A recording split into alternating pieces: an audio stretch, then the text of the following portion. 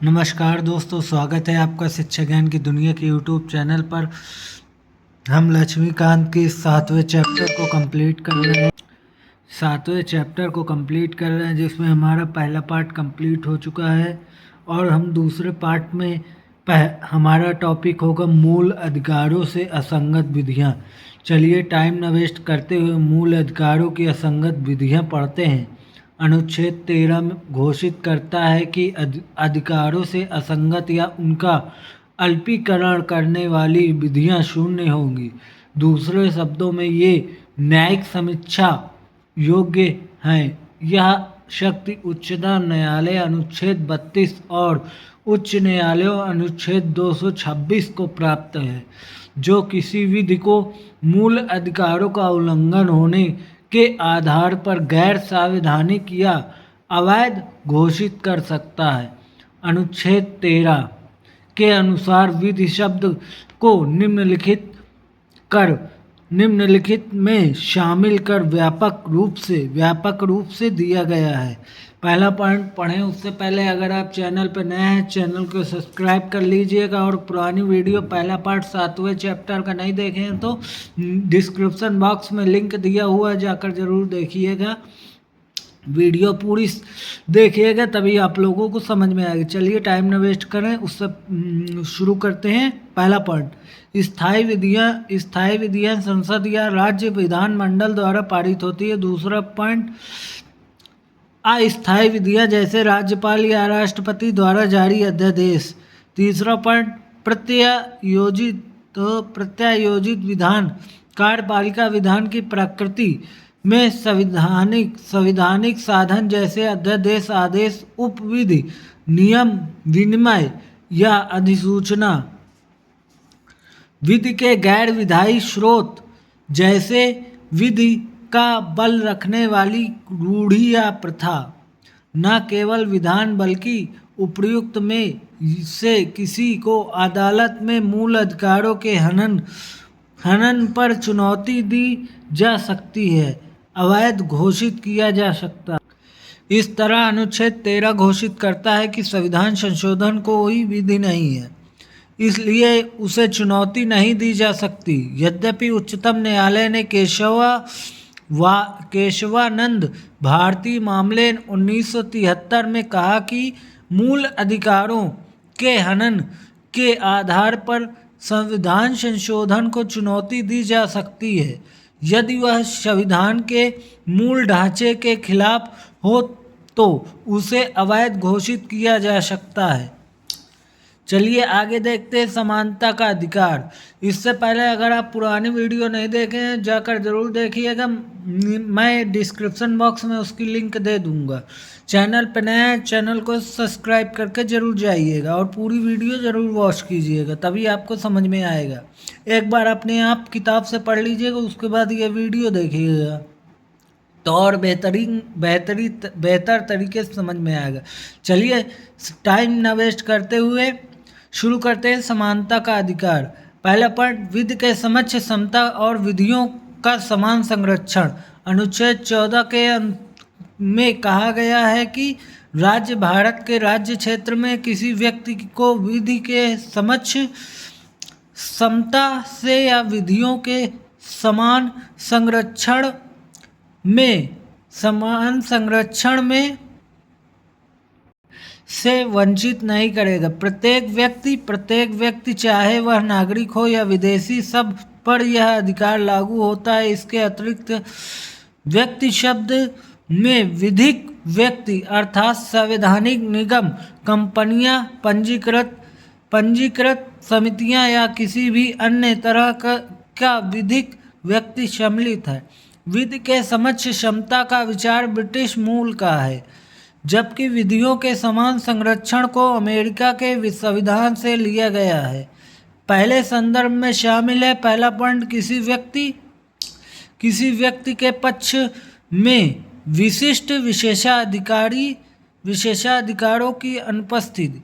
दूसरा पॉइंट, साधारण विधि न्यायालय के तहत सभी व्यक्तियों के लिए समान व्यवहार। तीसरा पॉइंट, कोई व्यक्ति अमीर गरीब, ऊंचा नीचा, अधिकारी गैर अधिकारी विधि के ऊपर नहीं होगा, यानी कानून के ऊपर नहीं होगा, कानून के समक्ष सब समान होंगे।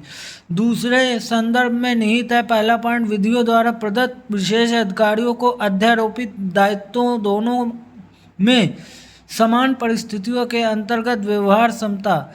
दूसरा पॉइंट देखेंगे, समान विधि के अंतर्गत सभी व्यक्तियों के लिए समान नियम है। तीसरा पॉइंट, बिना भेदभाव के समान के साथ समान व्यवहार होना चाहिए। इस तरह पहला नकारात्मक संदर्भ है, जबकि दूसरा सकारात्मक। हालांकि दोनों का उद्देश्य विधि, अवसर और न्याय की समानता है।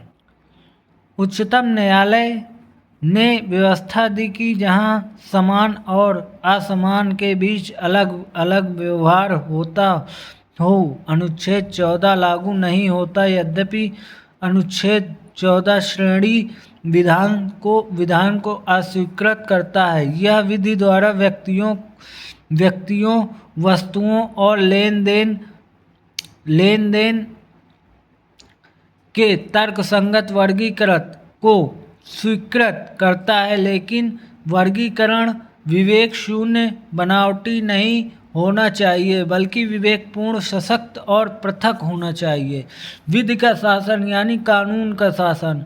ब्रिटिश न्यायवादी एवी डायसी का मानना है कि विधि के समक्ष क्षमता का विचार, विधि का शासन यानी कानून के समक्ष क्षमता का समानता का विचार और कानून का शासन के सिद्धांत का मूल तत्व है।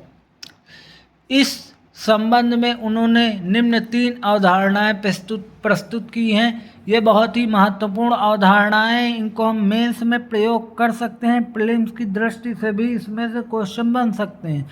बहुत ही महत्वपूर्ण चैप्टर चल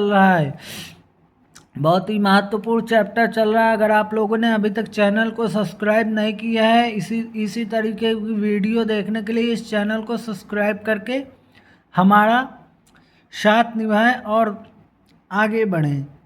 चलिए हम देखते हैं, पहला पॉइंट देखेंगे। इच्छाधीन व्यक्तियों की अनुपस्थिति, अर्थात किसी भी व्यक्ति को विधि के उल्लंघन की सिवाय दंडित नहीं किया जा सकता, यानी कानून के उल्लंघन के बिना किसी भी व्यक्ति को दंडित सजा का प्रावधान नहीं है।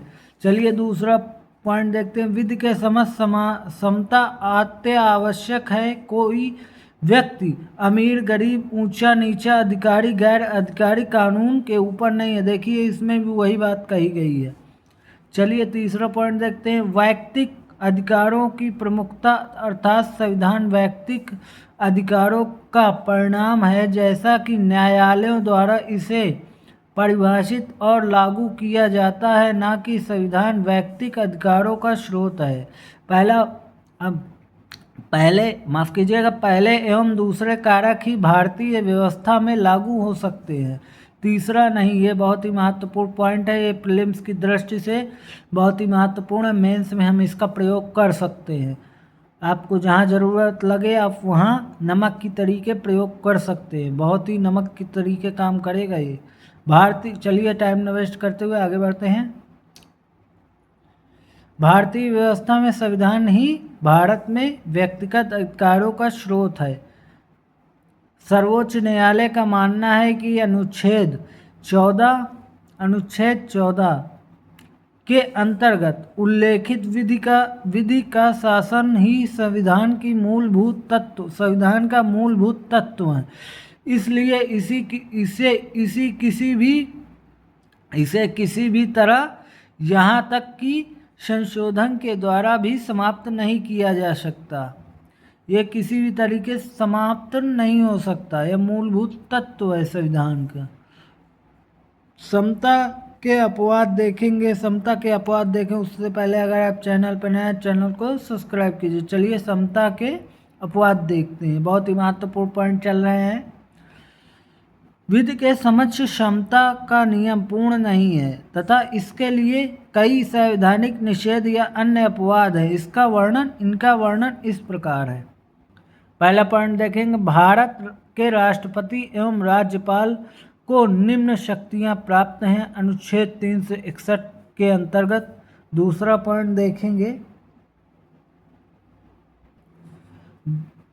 पॉइंट देखेंगे, राष्ट्रपति या राज्यपाल के विरुद्ध उसकी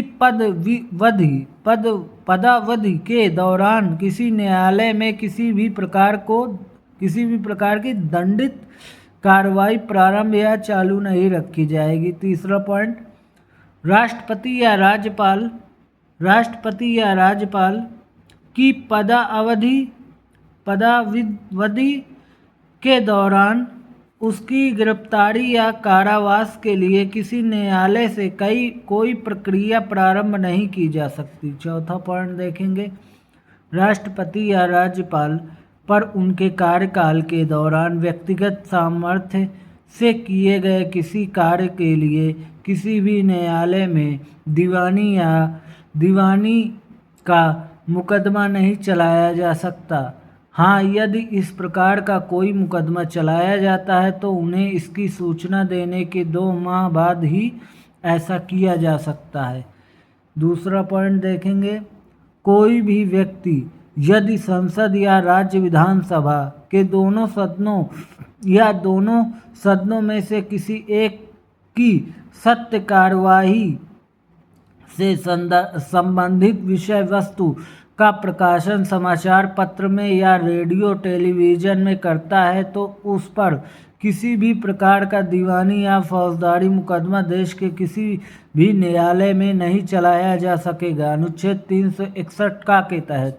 तीसरा पॉइंट देखेंगे, संसद में या उसकी किसी समिति में संसद के किसी सदस्य द्वारा कही गई किसी बात या दिए गए किसी मत के संबंध में उसके विरुद्ध किसी न्यायालय में कोई कार्रवाई नहीं की जाएगी अनुच्छेद 105 के तहत। चौथा पॉइंट देखेंगे, राज्य के विधानमंडल में या उसकी किसी समिति में विधानमंडल के किसी सदस्य द्वारा कही गई किसी बात या दिए गए किसी मत के संबंध में उसके विरुद्ध न्यायालय व कोई भी कार्रवाई नहीं की जाएगी अनुच्छेद 194 के तहत। बहुत ही महत्वपूर्ण आर्टिकल चल रहे हैं, आर्टिकलों को एक बार जरूर रिवाइज कीजिएगा अपने किताब से। खैर, आप लोगों को कुछ कहने की ज़रूरत नहीं, आप लोग खुद ही इतने समझदार हैं, तभी यूपीएससी जैसे पेपर के एग्ज़ाम की तैयारी कर रहे हैं। चलिए 5वां पॉइंट देखते हैं, टाइम न वेस्ट करते हैं। अनुच्छेद 31 का अनुच्छेद 14 का अपवाद है। अपवाद क्या है, ये अपवाद देखते हैं। इसके अनुसार किसी राज्य विधानमंडल द्वारा नीति निर्देशक तत्वों के क्रियान्वयन के संबंध में यदि कोई नियम बनाया जाता है जिसमें अनुच्छेद 39 आर्टिकल 39 की उपधारा ख या उपधारा ग का समावेश है, जो उसे आधार पर चुनौती नहीं दी जा सकती कि वे अनुच्छेद 14 का उल्लंघन करते हैं। इस बारे में सर्वोच्च न्यायालय का कहना है कि जहां अनुच्छेद 31 ग आता है वहां अनुच्छेद 14 चला जाता है। यह बहुत लोगों को समझ में नहीं आता। अगर आप लोगों को समझ में नहीं आता वीडियो रिवाइज करके जरूर देखिएगा। चलिए आगे बढ़ते हैं। छठा पॉइंट, विदेशी संप्रभु शासक, राजदूत या कूटनीतिक कूटनीतिक व्यक्ति दीवानी एवं फौजदारी मुकदमों में से मुक्त होंगे। 7वां पॉइंट देखेंगे, संयुक्त राष्ट्र संघ एवं इसकी एजेंसियों को कूटनीतिक मुक्ति प्राप्त है। कुछ आधारों पर विभेद का प्रतिषेध हम कल देखेंगे। हमारा टाइम हो चुका है। आप लोग वीडियो पूरा देखा करिए, तभी आप लोगों को समझ में आएगा। अगर आप लोगों के पास लक्ष्मीकांत की किताब है, मेरी बात ध्यान से सुनिएगा, बहुत ही महत्वपूर्ण बातें कहने जा रहा हूँ मैं। अगर आप लोगों के पास लक्ष्मीकांत की किताब है तो लक्ष्मीकांत की किताब एक बार पढ़िएगा। 7वां चैप्टर बहुत ही महत्वपूर्ण है पेपर की लेवल से 7वां चैप्टर बहुत ही महत्वपूर्ण है, जो आप लोगों के लिए बहुत फ़ायदेमंद हो सकता है। इसलिए एक बार किताब से पढ़िएगा, एक बार मेरी वीडियो देखिएगा, सुनिएगा ध्यान से, बस आपका काम हो जाएगा। कुछ करने की ज़रूरत नहीं है, केवल एक बार आप 7वां चैप्टर पढ़ लीजिएगा।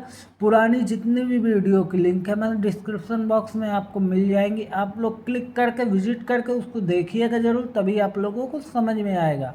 और एक बात, होमगार्ड की क्लास भी चल रही है इसमें। आज मैंने पहली क्लास डाली है। जो होमगार्ड की तैयारी कर रहे हैं उनको पता है, मैं पहली क्लास हिस्ट्री की डाली है, जिसमें मैंने कुल 10 क्वेश्चन 10 प्रश्न मतलब डाले हैं, 10 प्रश्न डाले हैं, जिसमें से 50% यानी 50% आने की संभावना है। ये मैं कह सकता हूँ दावे के साथ। अगर आप लोग चैनल पे नए हैं, चैनल को सब्सक्राइब करके ज़रूर जाइएगा। जहाँ तक आपकी रीच हो वहाँ तक शेयर कर दीजिएगा। दूसरा पॉइंट, कुछ आधारों का विभेद का प्रतिषेध, इसको हम कल पढ़ेंगे। अनुच्छेद 15, ये बहुत ही महत्वपूर्ण टॉपिक चल रहे हैं इस क्लास में। चैनल पे नए हैं, चैनल को सब्सक्राइब कीजिए। पूरा वीडियो देखने के लिए आप सभी लोगों का बहुत बहुत धन्यवाद।